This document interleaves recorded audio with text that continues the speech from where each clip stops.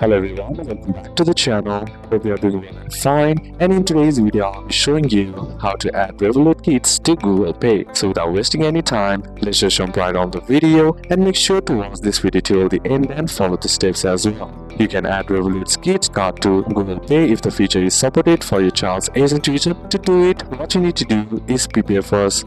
The child's Revolut Kids card is activated and has enough balance. The child must have a Google account on their Android device and install Google Pay and log into the child's Google account. Now, in order to add a Google Pay on the Revolut Kids and Teens app, the first thing that you need to do is simply head over and open up the Revolut Kids and Teens app on your child's phone. Then simply tap on the login option. Here, either you can log in with the number or simply tap on Start Camera to scan the QR code and log into your account. Then once logged into your account, on your home screen, you'll find the cards option right here. Simply tap on that, and then once you're inside there, what you need to do is tap View the Revolut's Kids card. Then simply tap on the card and go into card settings, then select Controls. Now look for Add to Google Pay and tap on it.